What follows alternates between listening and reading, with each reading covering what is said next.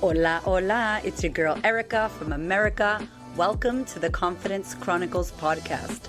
This podcast is all about helping you stand in who you are. Stop giving a fuck what people think about you. Start standing as your fully expressed self. As you are, as is, there is no filter needed. You are fucking awesome, and I am here to remind you.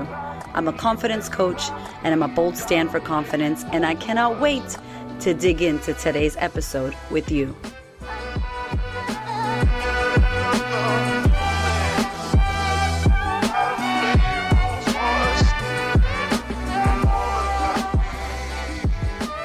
What is good? What is good? How are you? I'm laughing because I have lost my voice for the past 7 days. I've never lost my voice for 7 days, just so you know. And I think it's crazy because this is what I do. Like, I talk a lot, like probably way too much, clearly. And we had a retreat for our Scale Squad business mastermind. So I coach a group of women in business. And it's like, I love it so much. It's like my sisterhood program, but for business. And so we gave them this retreat, which for them only, members only retreat. We spent 2.5, 3 days basically together, really clearly road mapping their business, coaching them. It was incredible, so amazing. And let me tell you, it was the worst time to lose my voice because I had to coach and I had to talk about business and I had to speak the whole time. And I wanted to, not even I wanted to talk, especially on day 2. That was like where the fire was. And that was the day that my voice was fully gone. So Saturday, I started getting this kind of what I have right now, this raspy little, it's very raspy. And I'm like, oh, what the hell's going on? Maybe I'm just talking really full on and I'm really, I'm really passionate right now. So I went to sleep and that night it was like, like that. Like I was like whispering, like I didn't have a voice. And my husband's like, you got to stop talking. I'm like, honey, are you crazy? Like, how can I stop talking? I literally can't. It's impossible. The next day, Sunday, I'm like, fuck it. If I'm going to lose my voice, I'm going to lose it right now and right here. I'm going to go hard. So I spoke all of Sunday. Monday, we went with the ladies to Dean Manor, which is the place where I published my book. Dean Publishing, they're amazing. Susan and her whole team. They came and picked us up in a Bentley limo. Don't play. I never seen a Bentley limo. I was like, damn, with some champagne, and it was amazing. And we had a workshop on, writing a book and what to do if you want to scale your business with a book. It was awesome. We had such a good time. And I had most definitely fully lost any little bit of voice that I had then. And I was preserving it because today, which is Sunday, I was speaking at an event. My homegirl Tara, who's also not only a dear friend, but one of my business clients, had an event called You Can Sit With Us. And it was all about women connecting and women coming on their own to events that look like a bougie Instagrammable event, but that was not bougie and that was fun. And that was all about inclusion and sisterhood. And so I spoke to this beautiful group of women today in my raspy ass sexy voice. And I was just laughing because I'm like, fuck, 7 days is how long it's taken my voice. That's crazy. Like, I didn't even know this could happen to me. Like, I could lose my voice. I'm so grateful I have a voice now. Like, I'm going to be so nice to you, voice. Maybe I need to insure my voice. Like, J-Lo insured her ass. Maybe I should insure my vocal cords. Oh, man. Anyway, life is good. Everything's been great over here. I feel like I've missed you, even though you've been listening to my podcast and podcasts are coming out. Thank goodness that I batched up some podcast because there was no way in hell that this week I could podcast. It's the first time I podcast in, I think, 7 or 8 days. And I really missed podcasting. I missed driving around Melbourne and talking to you and sharing my thoughts and giving you love over the airways into your ears, because this is what I do. Like, it's crazy as a speaker, as someone who loves speaking and sharing my message through communication, and I am a massive communicator. It was really difficult to not have a voice and still get amazing ideas and downloads and messages that I wanted to say to you, but not having the ability to say it. And it made me think about, what my lesson in this is. Because as you know, if you've been listening to my podcast, everything that happens brings gifts. There's lessons that come with everything, no matter how messed up something is. And this wasn't super messed up, but it was difficult. We've been on school holidays, so my son has been home. And I was jokingly saying I couldn't yell at him because I had no voice, but I don't yell at him anyway. But it was really hard. And I feel like, I don't know about you, but since this COVID thing happened and all these restrictions and lockdowns, and especially in Australia has this weird zero goal. They want to have 0 cases. And it's like, yo, I think we're just going to have to live with this thing. I don't know if you're going to get to 0 forever. And I think the wanting 0 is very dangerous for many reasons. For the mental health of humans, for life, for our quality of life, for our economy. I mean, the many reasons. And I think we're really going to have to figure out how to live with this situation. But I've just been lacking ritual.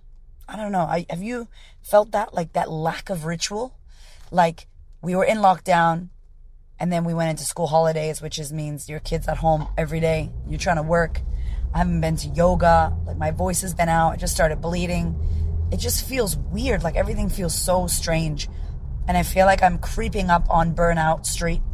I'm not burnt out, but I'm definitely in the neighborhood of burnout. Like I'm hanging out on the streets of burnout. And I'm like, okay, I know where I am and I need to be careful because I've been really working it and busy and coaching and doing so much. And now I think my voice is coming to tell me, because there's a gift in everything, that I need to like pump the brakes a bit and just like a little warning of like, yo, I think you're pushing a little bit too much here. So yeah, it made me think about how things happen and we might not pay attention. And maybe something's going on in your body. Maybe there's a pain going on in your body. Maybe there's something happening for you right now that you think is an ailment, or that you think, maybe you have acne, or maybe you've been getting dry skin or breaking out or having a funny tummy, or something's happening and we don't pay attention to it. And we're just like, anyway, we got to get on with our lives. But for me now, I know too much about mind-body connection and the health since I had my fatty liver situation in 2020. I know too much about it now to not listen to my body and inquire what else is going on.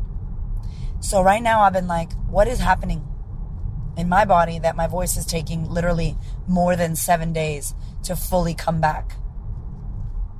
Besides me talking too much shit, all I can think of is that I've been giving too much output, and I haven't been receiving input for myself, meaning I've been giving out to the world and not recuperating and recharging inward for myself. And if my husband was listening to this, he'd be like, oh, fuck, are you kidding me? I could have told you that. I've been telling you that.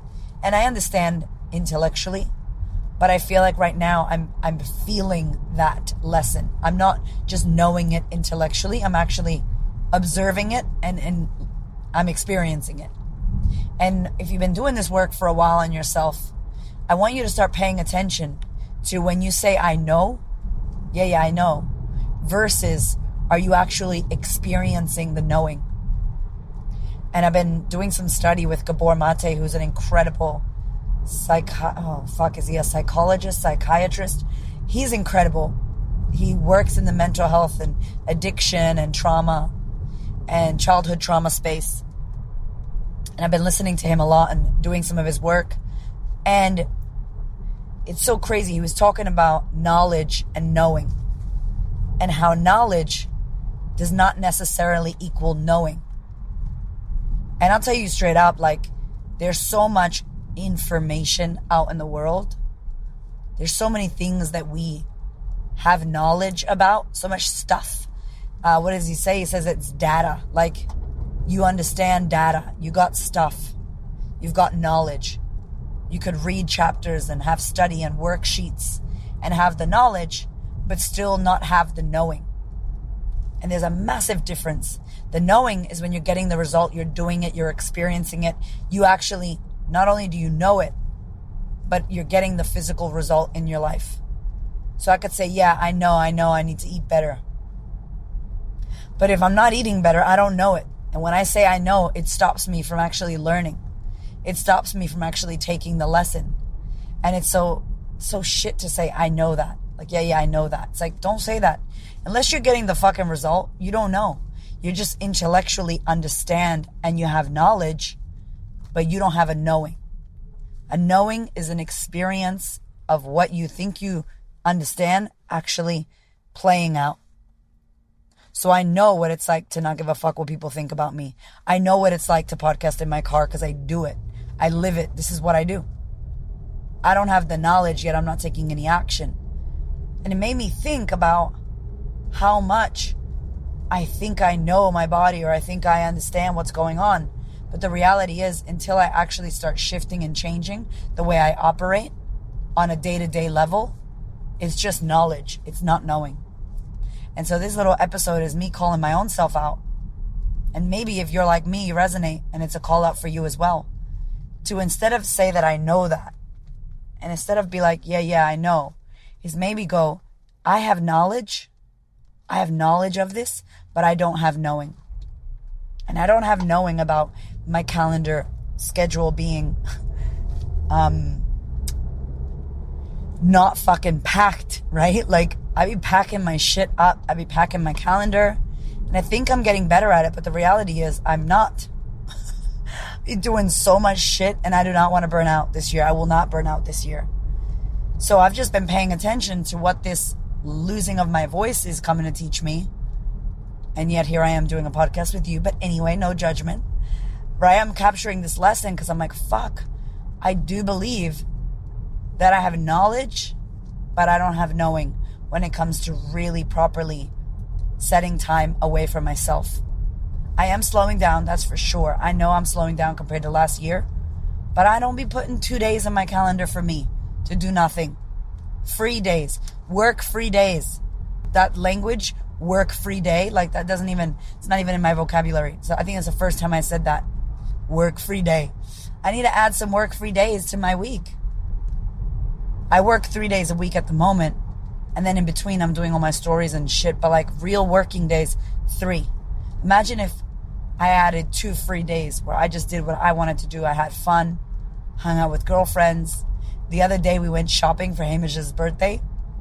So my husband turned 40 this week.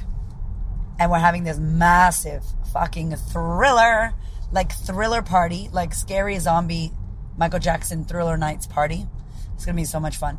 Anyway, we went shopping and bought all these like tombstones and blood and all this crazy shit.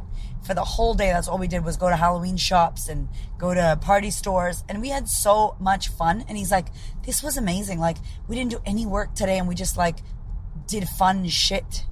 Like buy skulls and bones. And I realized how much I don't have free days. And I don't have non-work days that are just about fun, or non-motherhood days. And we're just going to have a blast. And it was so good for my soul. I had 2 of those days this week.